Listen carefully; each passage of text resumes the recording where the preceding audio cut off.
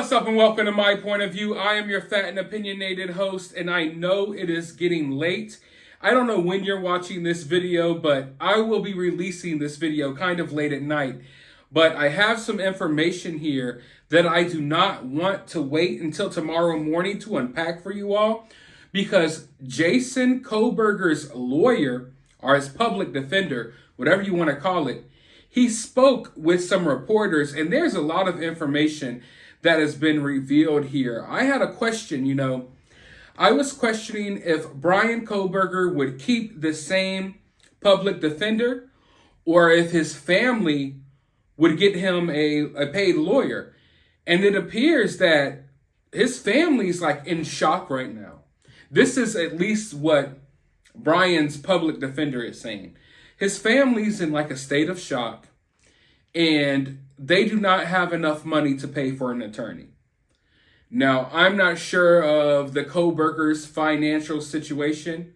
I don't think they're, necessarily hurting for cash. But if prosecutors go after the death penalty for Bryan, that would cost buku amounts of money to defend. This isn't just your everyday run-of-the-mill type of case. This is going to cost a lot of money, hundreds of thousands of dollars. And that's a lot of money for a family to just fork up out of the blue. You just, one moment you hear, wait, what? My son killed 4 people. And the next moment you're giving over your life savings, trying to defend them in court. It's a crazy situation, but I want to read you all Jason LeBar's exact words, at least what he was telling these reporters. He said that Bryan Kohburger spoke with police at the Pennsylvania State Police Barracks for 5 to 15 minutes before invoking his right to counsel. LeBar said that BK recalls being asked whether he knew what was going on, and he responded by saying something to the effect of course I know what's going on. I live 10 minutes from this. Then Bryan Kohburger asked for a lawyer. He said it's obvious that Bryan Kohburger is very intelligent. He's calm. He's fully aware. It's obvious he's very intelligent. It shouldn't shock anyone that he's intelligent. He was getting a PhD. LeBar said that he has no concerns about Bryan Kohburger's mental health and is not concerned about him doing something to himself. LeBar said that Bryan Kohburger's father flew out to Washington to drive back to Pennsylvania with him for Christmas break. However, LeBar said that was planned before Bryan Kohburger went to Washington for fall semester, that Dad would fly out and drive back with Bryan Kohburger. Now, that's a detail that we've gone over a lot. Obviously, that's a detail that's really weird. I've seen some people saying it's perfectly normal. Listen.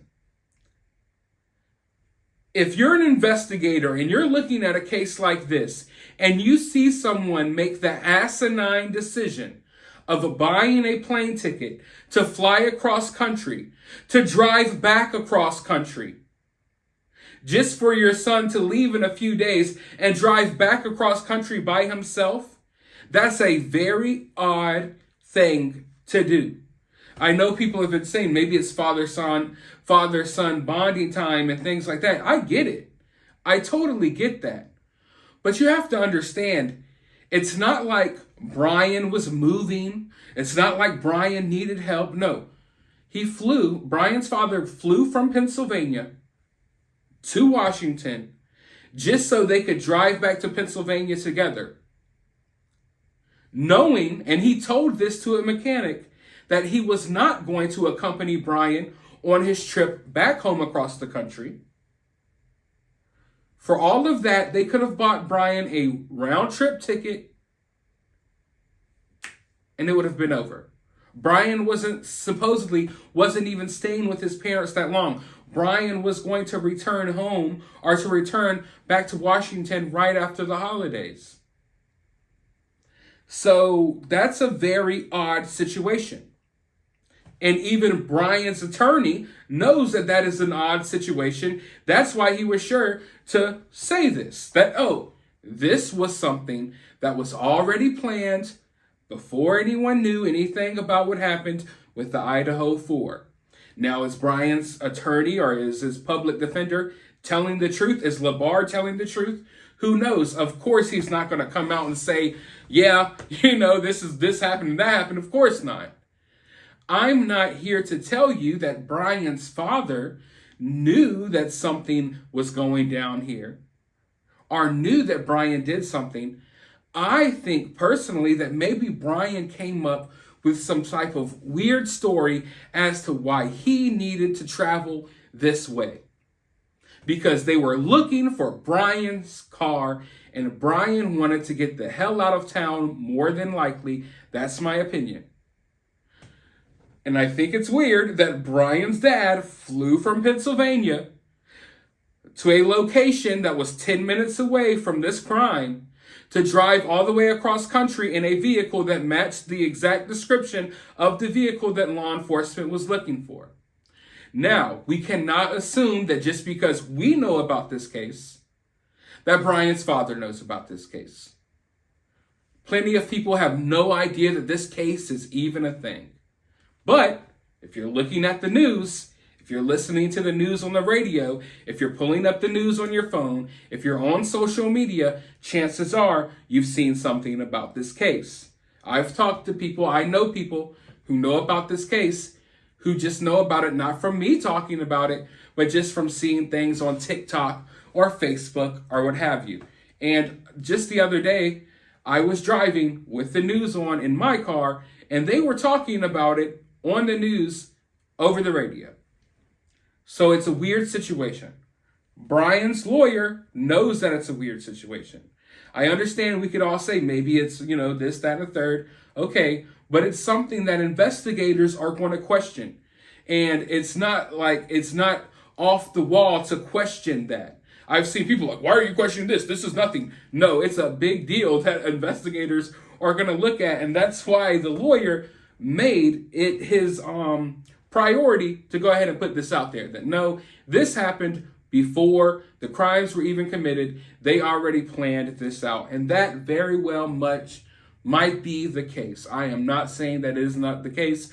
I'm just saying that this is a detail that is going to make people ask questions. Let's go forward because he said other things as well. Bryan Kohburger's family is in a state of shock. They cannot afford to pay for an attorney for him. It is not clear who will represent him when he returns to Idaho, which could happen sometime this week after Tuesday's extradition hearing. llers anticipates this will be a capital case. I don't want Bryan tried in the court of public opinion. Let's wait until the facts come out. Let's not assume anything. It's so important you don't jump to conclusions. It's also important to note that llers also said that he doesn't recall Bryan saying anything about was anyone else arrested when he got arrested. So did he say that? I don't know. That is what has been reported. Now, he was talking about people not jumping to conclusions because we live in America. It's innocent until proven guilty. I understand some people have had criticisms about some of the things I've said, but listen. If you don't want people to jump to conclusions, and I'm a very rational person, and I don't get on YouTube and spout all type of crazy stuff and form hate mobs to attack people. But if you don't want people to jump to conclusions about Bryan committing this act, then you might not want law enforcement putting it out there that they got his DNA and stuff at the crime scene. You know what I mean? So it's all but confirmed. But it is what it is. What do you all think about all of this information? I'm still questioning if they will get Bryan an actual paid lawyer before whatever comes of this, because he's damn sure going to need one. He's going to need the best legal defense team that he could possibly have, especially if they have all the evidence that they claim to have. There's reports out there of his phone being pinged while he was stalking them, and his phone being pinged along the way in various locations where these people were at. We know that in the press conference, well, I don't want to say too much because it's still, an ongoing situation. But it appears that they got their guy. You know what I mean? It looks like that. And I know there's going to be a lot of legal talk about who could this be, could that be. It looks like they got their guy, and they're pretty confident that they have their guy. And it's going to be really hard for him to beat these charges, considering the vehicle he's in, considering the fact that it appears that they have DNA at the crime scene. I don't see him getting away with this. And I do see him getting most likely the harshest sentencing possible. This is not only a popular case. I think a lot of people have grown emotionally attached to some of the victims. Just it's a really sad situation, and I don't think that anyone is going to be light on Bryan. I don't think anyone is going to be easy on Bryan, but all of that is to be determined.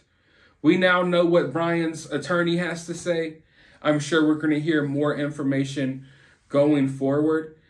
I did find it interesting that he right away was like, of course I know what you're talking about. I live 10 minutes away. But he automatically, got a lawyer pretty quickly, which is the right thing to do. I'm not going to, criticize him for that. But often people who are innocent, they'll answer more questions, They'll sit there for a while before they ask for an attorney. But hey, he was studying criminology. And like they said that they don't believe he's insane. They don't think that he would harm himself. It's always weird in these cases when we get to these points where, someone may plead insanity and then you're trying to figure out the mental health of one of these suspects. And it's always weird to me when we hear like a lawyer or whoever, law enforcement, say that they don't believe this person is crazy or insane. And then you look at the crime they committed, and I feel like you gotta be out of your mind to do something like this. Like you look at the crime, I'm like, yeah, he's obviously insane. But there's a difference there. It's like, I don't know how to explain it, but I guess people can do crazy things without necessarily being clinically insane, if you will. But when I look at Bryan, he looks crazy. Sorry about that, but he looks like he could be crazy, and he did something, or allegedly did something, very crazy. So how they figure out that these people aren't insane, I don't know, but hey, whatever. Let me know your thoughts, though, about all of this down in the comment section. While you're down there, hit the thumbs up, hit the subscribe, ring the notification bell, and always remember to remain opinionated.